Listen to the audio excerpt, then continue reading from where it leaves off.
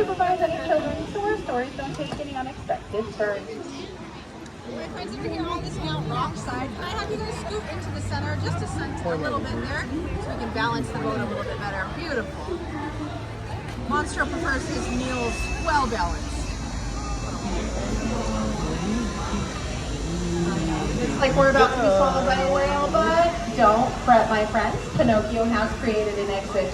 So today, Monstro here is just transporting us to a magical place called Storybook Land.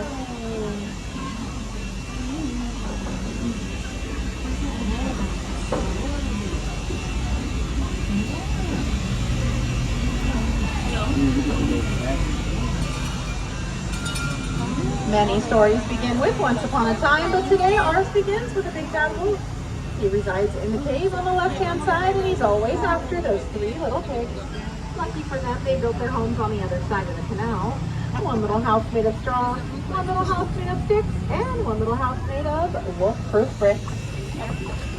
Now just around the river bend, things tend to get a little bit strange. On the left-hand side, you'll soon see the home of Alice, where one golden afternoon, she followed a fluffy-tailed rabbit down that rabbit hole, down into Wonderland, where she had a tea party with a Mad Hatter, and things just kept getting curiouser and curiouser. Now, if Wonderland's not your cup of tea, then have a look at the center of the canal. You'll find London Park. That's where Peter Pan and the Darling Children had a little help from Tinkerbell, taking their very first flight off to Neverland, where they never have to grow up. Just up ahead is the mysterious city of Agrabah, where a street rat named Aladdin first met a princess named Jasmine in the marketplace, and he not only stole a loaf of bread, but also her heart. Through the power of love and a little help from the genie, the two were married and they lived happily ever after in the Sultan's palace.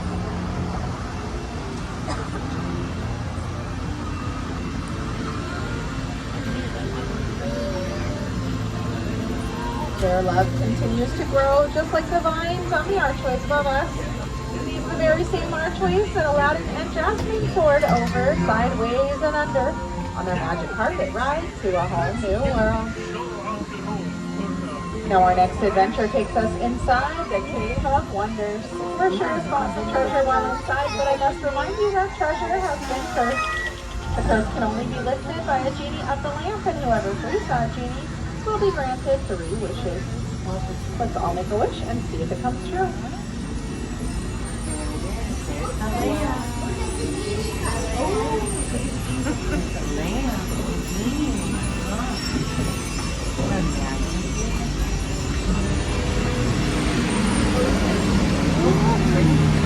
Snow White wished for safety when she fled from the evil queen.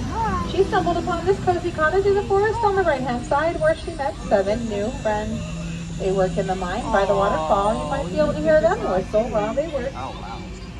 And on the left, you'll see a blue chateau where Cinderella lived with her evil stepmother and sisters.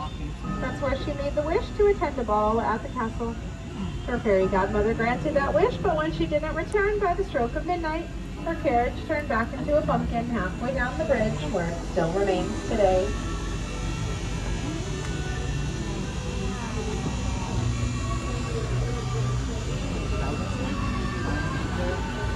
The quilted flowers that you see to the left were inspired by the 1933 Silly Symphony cartoon Lullaby Land.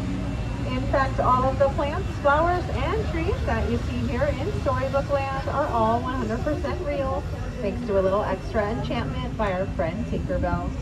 She flies overhead every evening, sprinkling pixie dust all through the canal, making sure that our trees stay miniature and never have to grow up. That's just one of the many magical reasons why our master storyteller Walt Disney absolutely loved this original attraction. It was once called the Canal Boats of the World.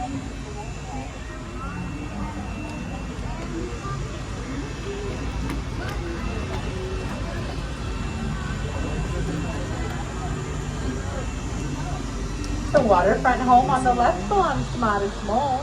His neighbor, as you can see, is not quite as modest as he.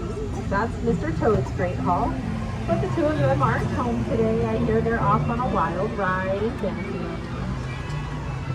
And the newest addition to our canal is the city of Arendelle. That's where 2 sisters, Anna and Elsa, met their frozen friends, and they all discovered something more powerful than Elsa's magic. the power of sisterly love. In the Alpine village ahead is Geppetto's workshop, front and center. That's where he carved the little wooden boy Pinocchio.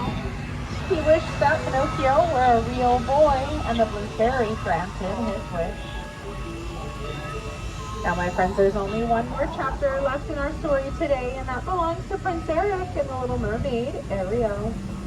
Their castle is going to be on the right-hand side, but before she was able to explore our shore on her new unsteady legs, she was flipping her fins in the underwater city of Atlantica, seen just beyond that waterfall to the left, with her 6 singing sisters and her father singing fish.